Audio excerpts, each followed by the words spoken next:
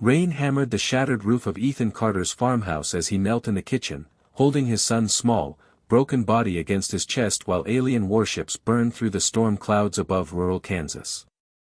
12 years. That was all the universe had given him with Liam. Cancer had taken his wife 3 years earlier, and now the Galactic Dominion had taken his boy, their soldiers marching through town in silver armor, executing civilians during what they called a resource compliance sweep. Plasma fire had reduced barns to glowing skeletons and neighbors to ash. Ethan rocked back and forth on the blood-stained tiles, whispering apologies into Liam's hair, promising him that everything would be okay even though he knew nothing ever would be again. He didn't hear the heavy boots outside. Didn't notice the towering shadows filling his doorway until a calm, steady voice spoke through the rain, "Mr. Carter." Ethan looked up through tears and saw a man in mud-covered Navy SEAL armor, rifle lowered, eyes sharp and kind at the same time. Behind him stood two massive shapes, 9 feet tall, covered in dark fur, their glowing eyes ancient and intelligent. "Commander Jack Morrison, U.S. Naval Special Warfare," the man said. "These are Coda and Ash. We're here to help." Ethan laughed, a broken sound. "Help? My son is dead. My town is gone. Where were you when the aliens came?" Morrison's jaw tightened. "When the invasion started, some of us went underground and found what the Dominion didn't know existed. Old allies. Old treaties." One of the giants stepped forward, its voice rumbling like distant thunder. "The Dominion burned our forests. Killed our clans. The treaty is broken. Now we hunt them." Ethan gently laid Liam on the table and closed his eyes. Something cold and sharp formed in his chest, replacing grief with purpose. "Tell me what you need," he said. Morrison unfolded a glowing map. "There's a Dominion command post 15 miles north. We need a guide." Ethan looked once more at his son, then nodded. "I know every inch of this land. Let's make them pay."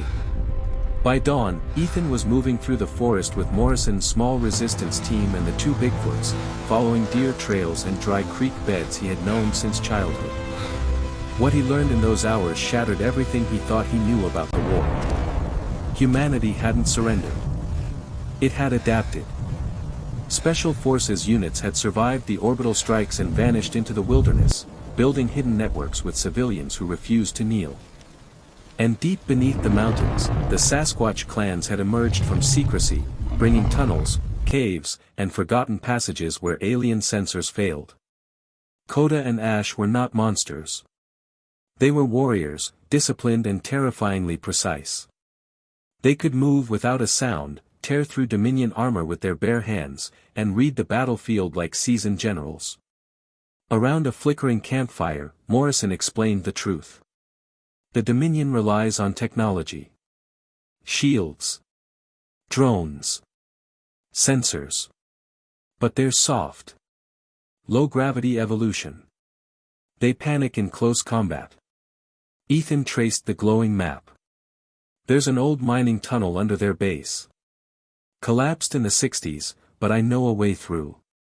Ash leaned in, pointing with a massive finger. "Ambush points here and here. We split them. Make them afraid." As night fell, Ethan felt something change inside him. He was no longer just a farmer who had lost everything. He was becoming part of something larger, something ancient and unstoppable.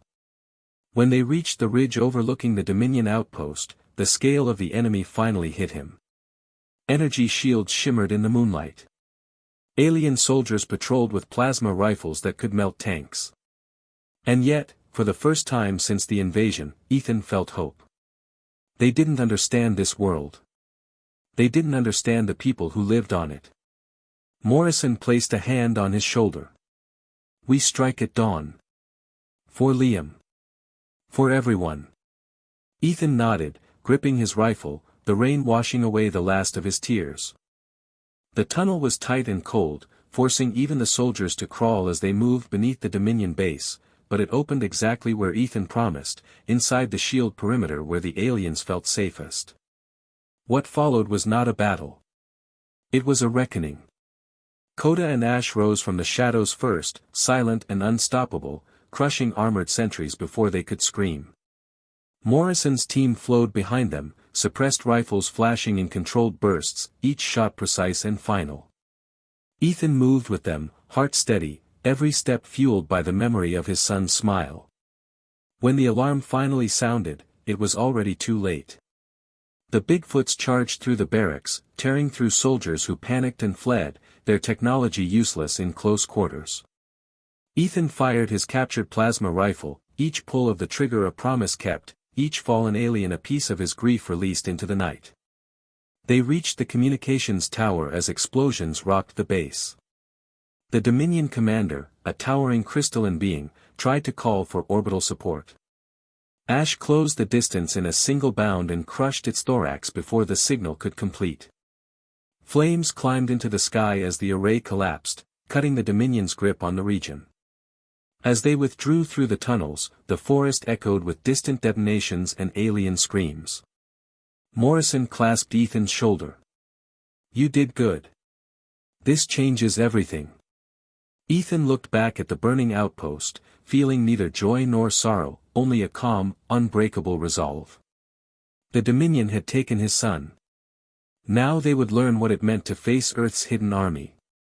By the time the sun rose, the Dominion outpost was a smoking ruin, and news of the strike was already spreading through hidden channels across Earth.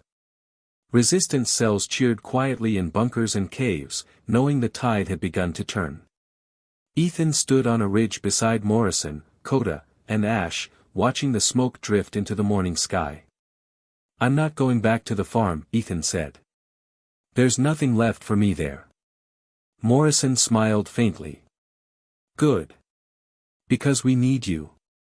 There are thousands like you. People who've lost everything. We're building something the Dominion can't destroy." Coda rumbled his agreement.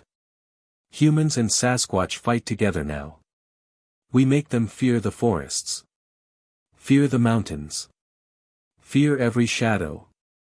Ethan felt the weight of his grief settle into something stronger than anger. It became purpose. Over the following weeks, he trained with the resistance, learning tactics, survival, and how to fight not just with rage, but with discipline. He helped guide teams through tunnels and forgotten paths, striking supply convoys and freeing prisoners, proving that Earth was not conquered. One night, he stood alone beneath the stars and spoke Liam's name into the dark, promising his son that the world would be safe again. The Dominion believed they had broken humanity by taking its children and burning its homes. They were wrong. They had forged something far more dangerous. Ethan Carter had been a farmer, a father, a grieving man. Now he was a soldier of Earth, and the galaxy would learn to fear what happens when you take everything from a human and leave him nothing to lose.